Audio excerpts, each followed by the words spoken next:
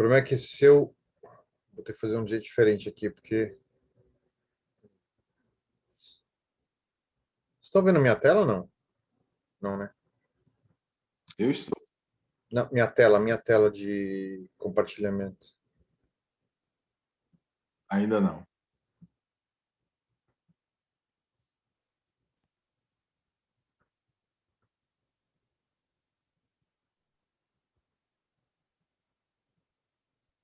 Ah, sumiu a parte que...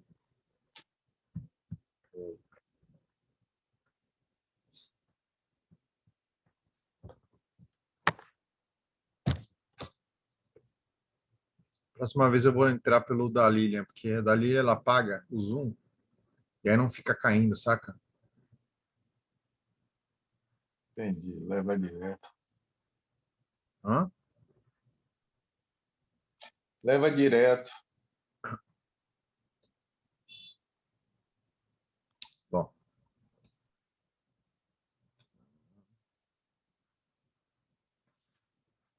Então, continuando.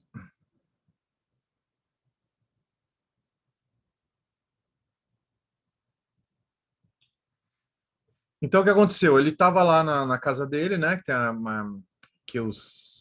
Ele começou peraí, tem mais uma pessoa entrando aqui.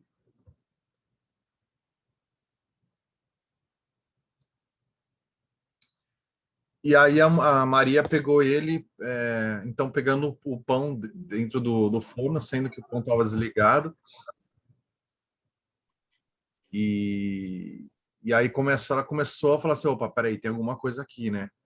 E ela começou a ser mais maleável, digamos assim.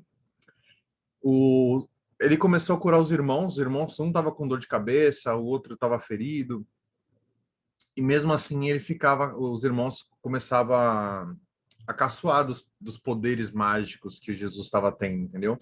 O irmão dele, se não me engano, ele fez um ferimento e ele fez uma oração, e aí passou a dor do irmão. A irmã dele teve queimado, também ele conseguiu curar a irmã, outra estava com dor de cabeça, e aí mesmo assim os irmãos dele caçoavam. E aí a Maria começou a perceber o que o Jesus estava fazendo, e eu falei assim, meu filho realmente tem alguma coisa mudada nele aqui. Porque antigamente, Jesus, ele né, se alguém caçoava dele, alguma coisa assim, ele revidava, né, como a gente estava explicando antes. E ele não estava fazendo mais isso, né? Então eu falei, não, opa, meu filho mudou aqui, né? E aí então a Maria começou a ceder. Aí na parte ele fala assim, o que que é o castigo, né?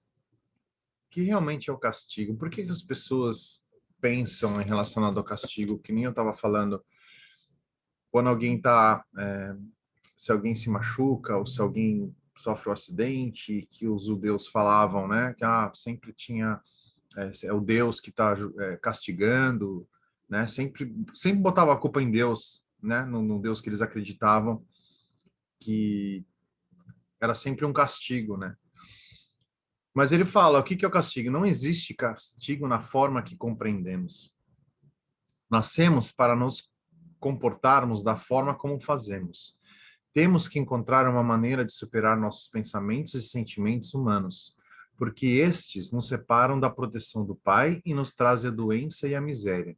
Quando tivermos aprendido a superar o eu, então entraremos no reino dos céus. Então a gente tinha essa coisa de culpar Deus, desse Deus judeu, né? Que eles falam que Jeová que sempre tinha um motivo para castigar ou se cometia algum erro, alguma coisa assim. E sempre o que acontecia, não, era culpa dos deuses. Mas, na verdade, ele fala que não existe esse castigo vindo dos céus. E esses castigos, na verdade, acontece por nós mesmos, do que a gente atrai para nós mesmos. E quando a gente conseguiu superar isso, essa linha de pensamento, aí entraremos no reino dos céus, porque os castigos não vão mais existir, né? Então, o que que ele... E depois, com todo esse pensamento, de toda essa, esse ensinamento que ele aprendeu no deserto, ele queria conversar com as pessoas, ele precisava ter argumentos para poder conversar com esse povo da sinagoga. Então ele começou a pesquisar as escrituras para que ele pudesse encontrar com os fariseus, para conversar na mesma forma, da mesma língua, né? Porque se você vai tentar convencer alguém e você não tem ah, um, não tem sobre aquele assunto para falar com alguém, né? Não tem aquele know-how para falar com alguém, a pessoa vai falar, nem vou escutar o que você está falando, você nem sabe o que você está falando, né? Isso Então ele, muito me interessa. e aí, por que, Silva? Você sabe. Pula. Então, a mesma coisa assim, vou convencer, por exemplo, um astrofísico que existe um planeta, sei lá, um planeta sei lá, planeta Y. Aí o cara chega para mim e fala assim: Ah, eu sou astrofísico e você quer me convencer que existe um planeta Y? Tá bom. E mas o que você me diz sobre o planeta tal que já existe? Aí eu falo, putz, não sei nada sobre esse planeta. Eu falo, então, meu amigo, você quer falar de algo que você não conhece, né? Como é que você vai querer provar algo para mim? E aí a primeira coisa que a pessoa vai fazer é ignorar, né? Então o que que ele fez? Ele pensou, falou, vou tentar estudar, pesquisar sobre tudo que eu puder para poder conversar com eles. Então ele, né, era necessário saber o que estava escrito sobre esse tal Messias, porque ele se considerava esse tal Messias, né? Como ele vem da região judaica, ele sabia sobre esse tal Messias. E ele, depois do deserto, ele se convenceu que ele era esse tal Messias, mas ele precisava saber o que falava realmente sobre esse Messias. E aí, na passagem de Isaías, que ele fala: O Espírito do Senhor está sobre mim, porque o Senhor me ungiu para pregar as boas-vindas aos pobres. Ele me enviou para anunciar a libertação dos encarcerados e a recuperação da vista aos cegos, para libertar os oprimidos, para proclamar o ano da graça ao Senhor. E quando ele fez isso, ele disse: Hoje vocês vão ver essa profecia se cumprindo-se em mim. Aí teve aquele bafafá, né? Todo mundo conversando com todo mundo naquela hora na sinagoga, tipo, quem é esse cara? Do que esse cara tá falando? Ah, não, mas ele é o filho de José e Maria, tal, não sei o quê. E aí, mas o que a gente faz? Né? Olha a confusão que ele tá fazendo, não sei o quê. Então ficou aquele alvoroço. Mas, gente, a Carol tá voltando. Aí, então teve aquele alvoroço, e aí quiseram. Aí pegaram ele pelo braço, falaram assim: vamos jogar ele do penhasco, vamos matar esse cara aqui que ele tá pensando que ele é, não sei o quê. E aí ele falou na hora que ele ia ser jogado do penhasco, ele pediu ajuda ao pai. Falando, meu pai, me livre, me tire dessa, né? E aí ele não sabe como ele conseguiu escapar de lá, e era como se as pessoas não conseguissem ver ele mais. Que ele passava pelas pessoas, as pessoas nem conseguiam olhar ele. Então ele realmente viu que Deus ajudou ele naquela hora de ele poder salvar, que ele poder passar pelas pessoas de forma invisível, né? Talvez, não sei, muda a vibração e as pessoas. Eu já, por exemplo, eu não sei se vocês já tiveram casos, mas, por exemplo, tem casos assim que um assaltante entra dentro de um ônibus, ele rouba todo mundo, mas do nada ele pulou uma pessoa. E aí você fala assim, como ele rouba todo mundo e por essa pessoa ele pulou, né? E normalmente quando você pergunta para a pessoa, ela sempre fala assim, porque eu fiz uma oração, ou a gente pode usar também as luzes, as chamas da Fraternidade Branca. Não sei quem vocês já estudaram Fraternidade Branca, mas tem lá a chama azul de proteção, a chama violeta de transmutação, a verde de saúde. Então, eu tinha uma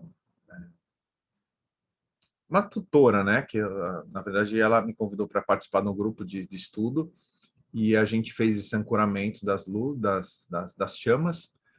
E ela fala assim, é que a gente pode usar muito das chamas a todo momento, né? Imaginar aquela chama.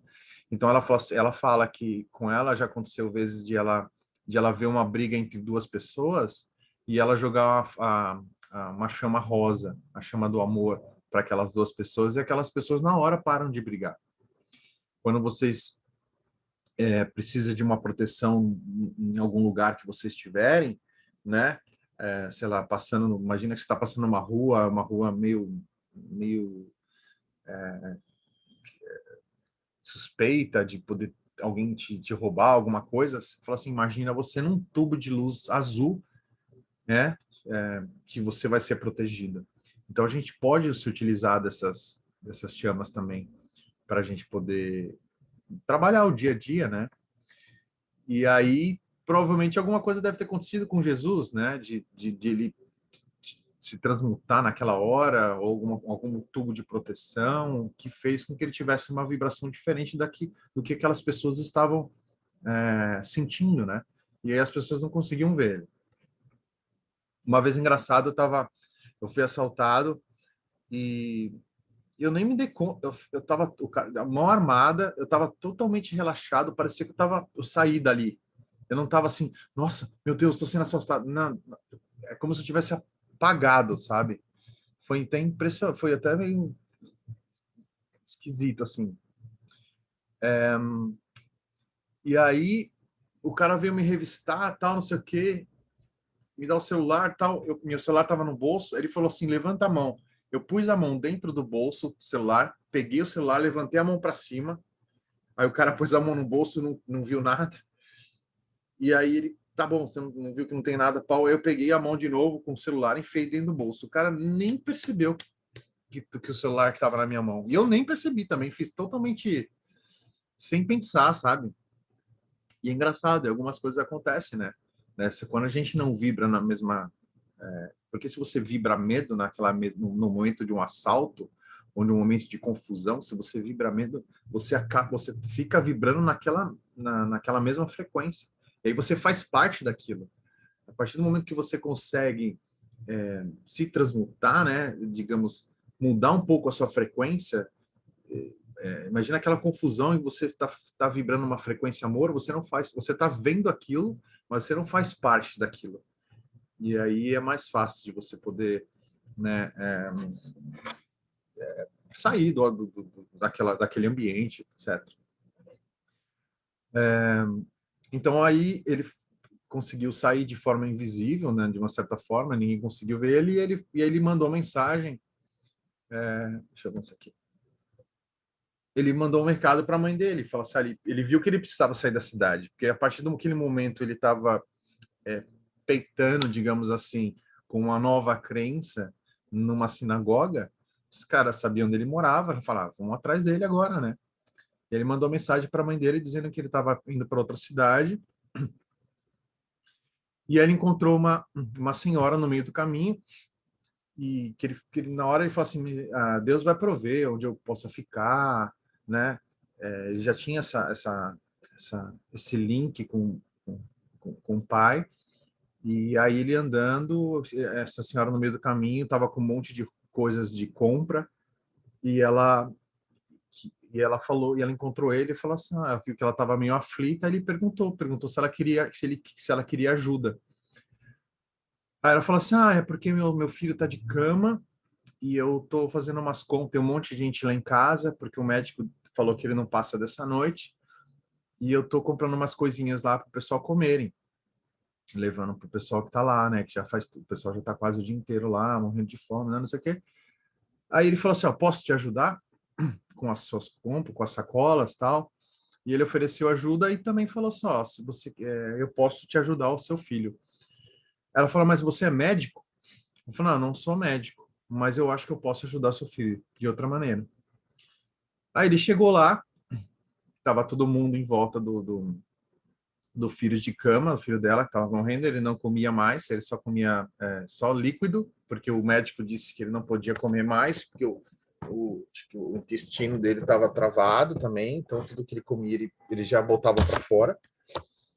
E aí os médicos tinham falado para ele só comer líquido e tomar líquido.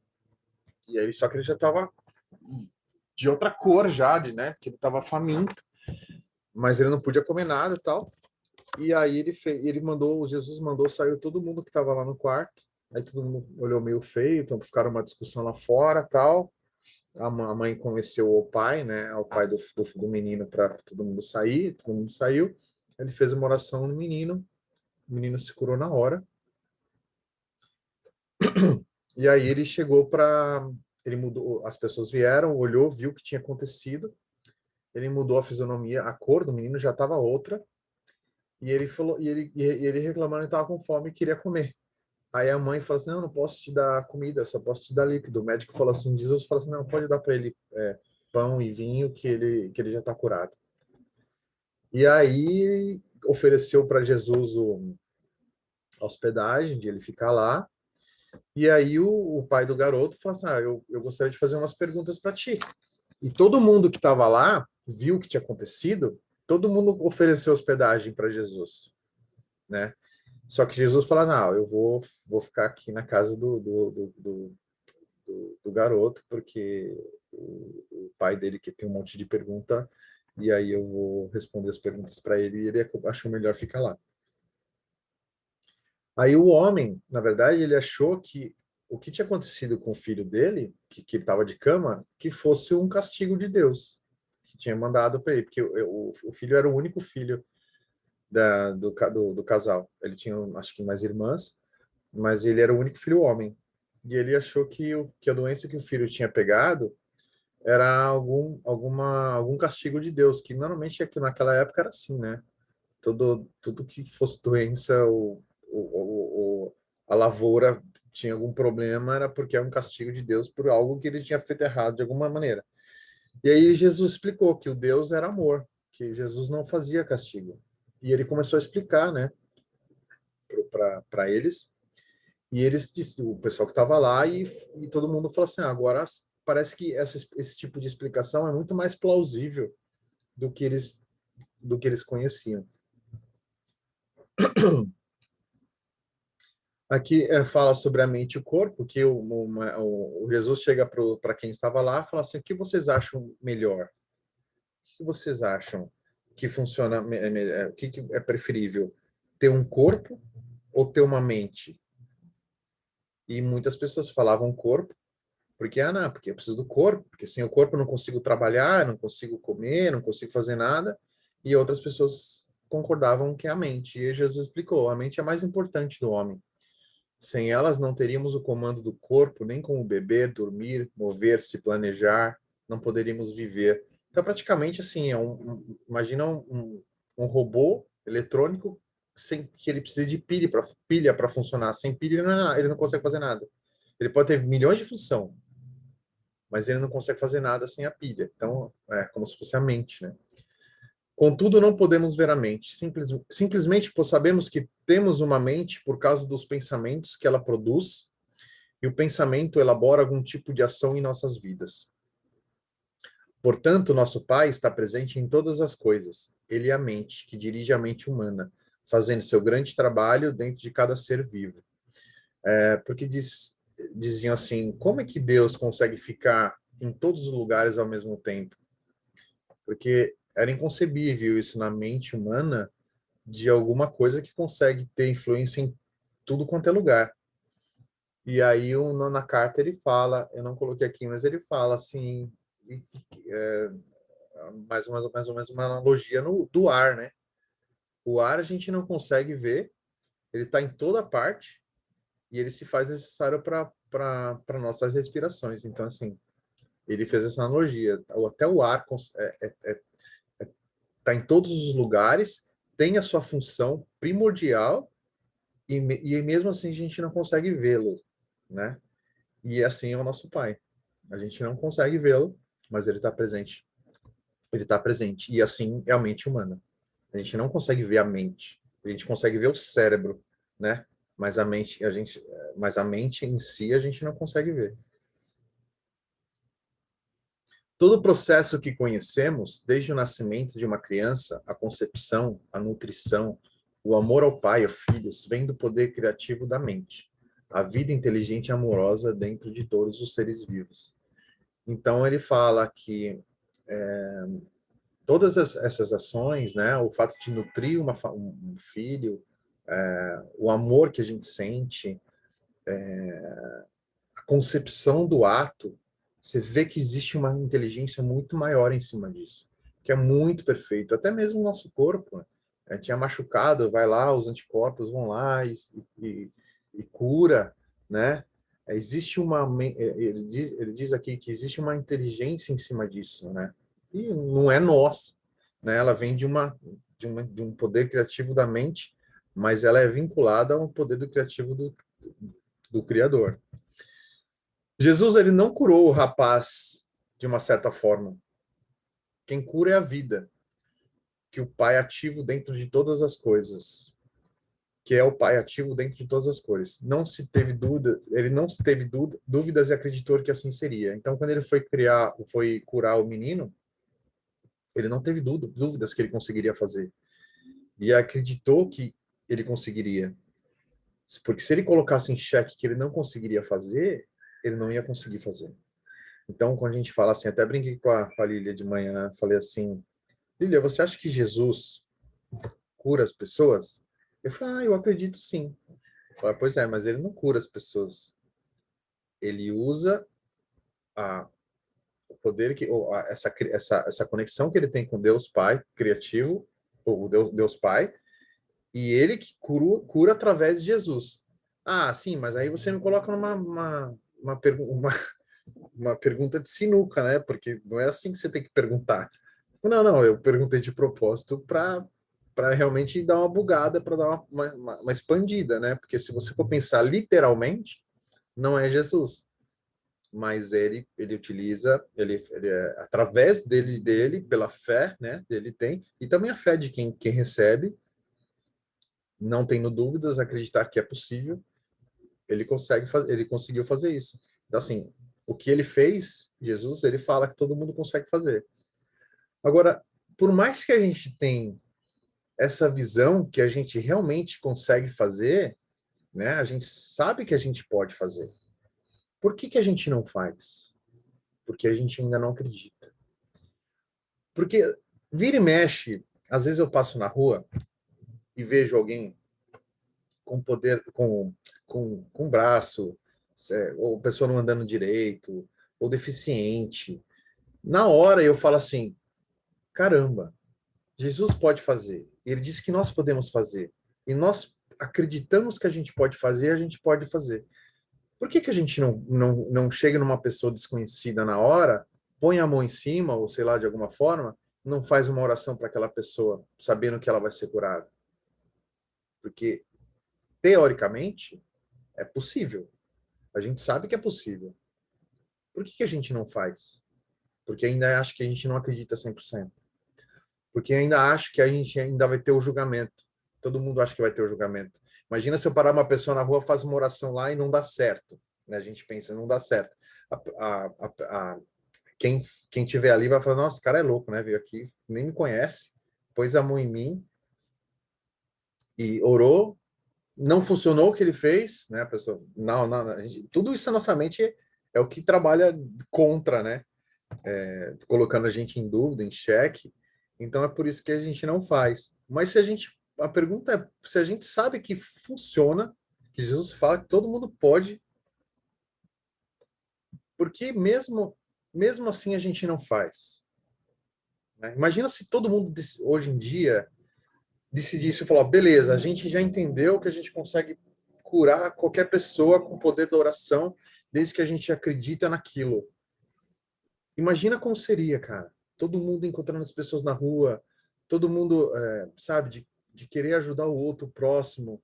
Ah, a pessoa está com dificuldade financeira, vamos lá, vamos orar para aquela pessoa, ela vai resolver, entendeu? Mas aí também entra no que a gente falou na primeira carta, que é aquele processo de individualização. Porque se a pessoa não quer ser curada, ela não vai ser curada por algum motivo, pela consciência dela, de alguma forma. Fala aí, Carol. Então, quando eu li essa parte, nossa, eu fiquei assim muito bugada, sabe? Porque quando a gente trabalha com cura, quando a gente trabalha de alguma forma, né, com as terapias, que aí a gente faz o trabalho que a gente como canal faz aquele trabalho, para mim ficou muito, muito, muito claro que é exatamente o que aconteceu com Jesus naquela época, é o que acontece com a gente quando a gente está nesse serviço, né? E aí ontem, Dri, foi muito doido. Eu vou compartilhar com vocês porque foi emocionante até. Eu fui para a City resolver umas coisinhas para amanhã e aí tinha muitos mendigos, assim, muito mais do que geralmente tem ali na City, naquelas redondezas. E por mais que eu não dê dinheiro para alguns, porque eu já sei que eles vão comprar droga, porque eu trabalhava na City, então, tipo, eles têm ali o jeitinho deles fazerem as coisas, eles vão lá no mesmo lugar, vão lá e compram droga, eu fico loucão, sabe? E aí, o que eu fazia? Eu passava na rua e eu usava a minha mão e eu fazia oração para eles como se eu tivesse com a minha mão aqui. Eu passava assim na rua e ficava fazendo oração para eles como se eu tivesse enviando o que eu podia doar, sabe? E foi uma coisa muito que veio assim, Espontâneo. natural, sem muito tipo julgamento, zero. E quem estava ao redor eu não estava nem aí, sabe? Foi muito do coração dele. E aí, quando eu li essa parte, eu fiquei meio bugada, porque eu fiquei assim, nossa, então calma, a gente pode fazer. Então, de repente, a gente pode fazer um pouquinho, o pouquinho que a gente pode fazer já é alguma coisa, sabe? E você falando sobre tudo isso, me faz pensar muito além, porque se a gente tem um pouquinho dessa ferramenta nas nossas mãos, de repente um sorriso que a gente dá para uma pessoa desconhecida, de repente pode ser alguma coisa nesse sentido, não? Conectar Wi-Fi. Tinha o quê? Conectar Wi-Fi.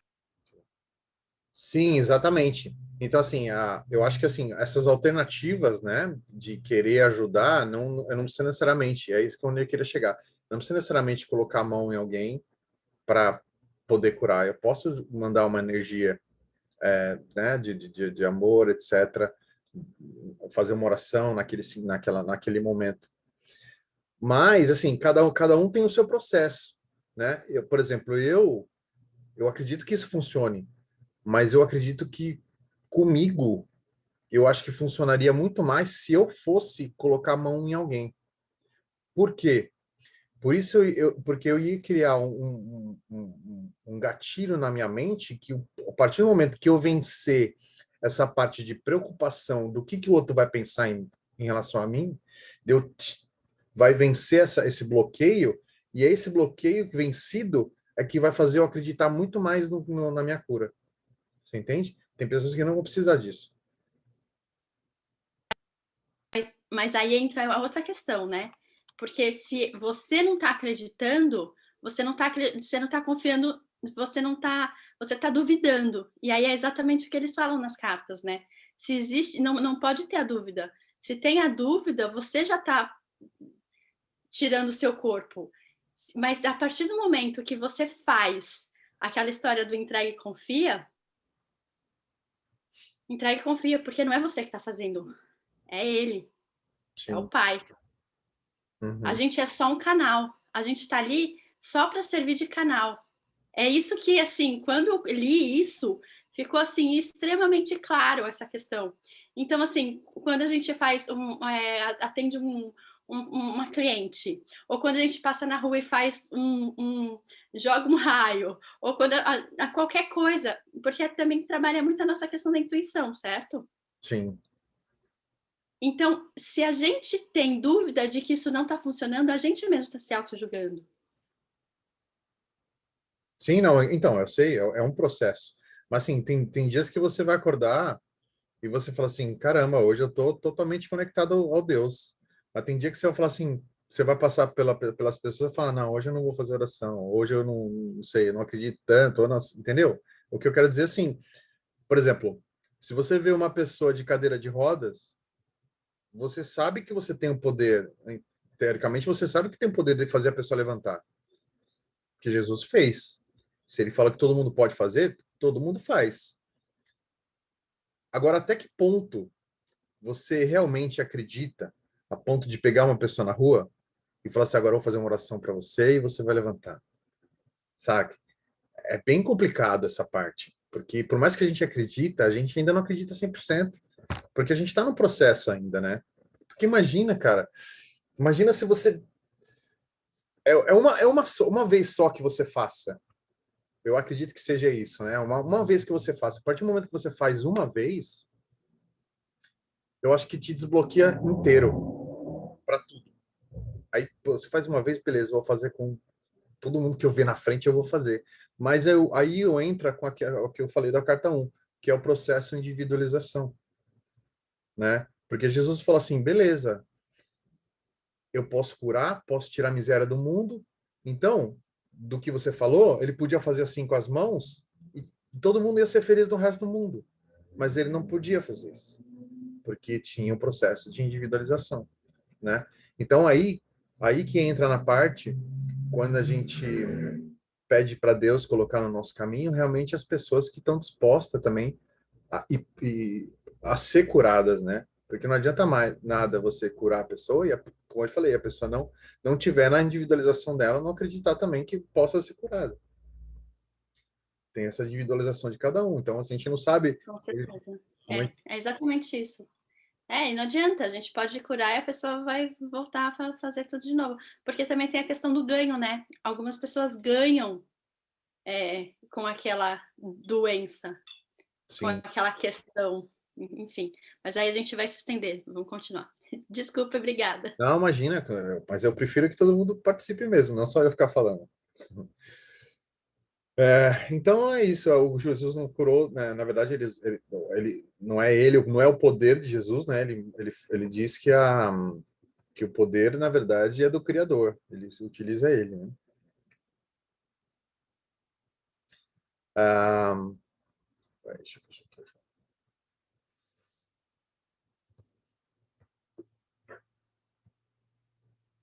Por que o homem sofre, então?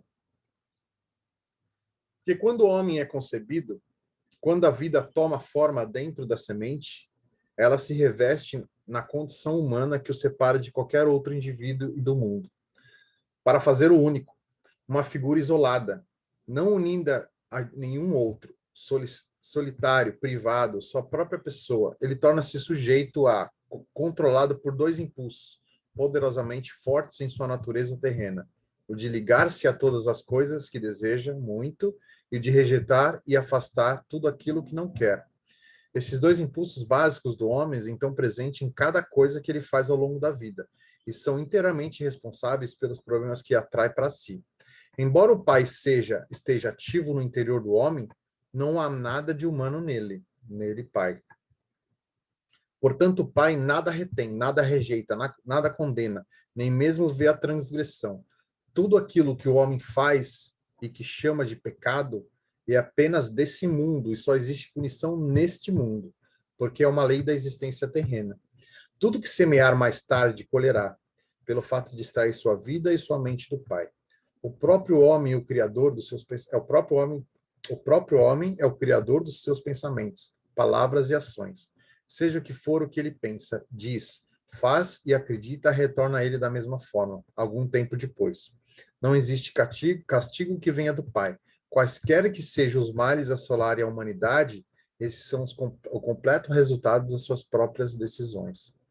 Então, voltando aqui, ele fala, realmente, nada que acontece com a gente é vinda do Pai, do Criador. Tudo é relacionado a nossos pensamentos, daquilo que a gente atrai para nós, né? E é engraçado porque na carta 1 fala, né? A gente já falou sobre isso, que quando Jesus teve a visão de, então quando a gente nasce um serzinho de luz e ele vai pegando as ataduras de acordo com as crenças, etc, etc, com o mundo onde ele vive, a percepção de mundo que ele vai criando e vai afastando um pouco essa luz dele, né? E é engraçado que eu fiquei pensando, já pensei esses dias, porque nós nascemos e uma das coisas que é passadas para nós, quando a gente é pequeno, é que a gente sempre tem que ser melhor que o outro. né? Então, mesmo as escolas, quando tem nota, na verdade, ela não vai dar uma nota só para você. Todo mundo, você vai querer ver qual, qual foi a nota do seu amiguinho, sabe? O fato de ter, por exemplo, de jogos de pessoas contra outras é uma forma de afastar, de tornar uma certa forma uma individualização, né? Porque se você tá querendo ser melhor que o outro. Isso, numa faculdade, você precisa ter as melhores notas. Para você passar num processo seletivo de algum emprego, você tem que ser melhor que o outro. Isso acaba tornando você uma única pessoa e perdendo um pouco aquele processo de grupo. Você acaba pensando mais em si mesmo. E isso é ele coloca na carta que é uma condição humana nossa. Né? Você se reveste dessa condição, só que é uma característica que separa você de qualquer outro indivíduo. Então, quando a gente fala assim, todos somos um, quer dizer que a gente realmente somos um. Quando fala assim, é, é, amar o irmão como a si mesmo, é que ele quer dizer assim que nós somos a mesma coisa, entendeu? A gente não pode ter esse processo separado de outra pessoa. E aí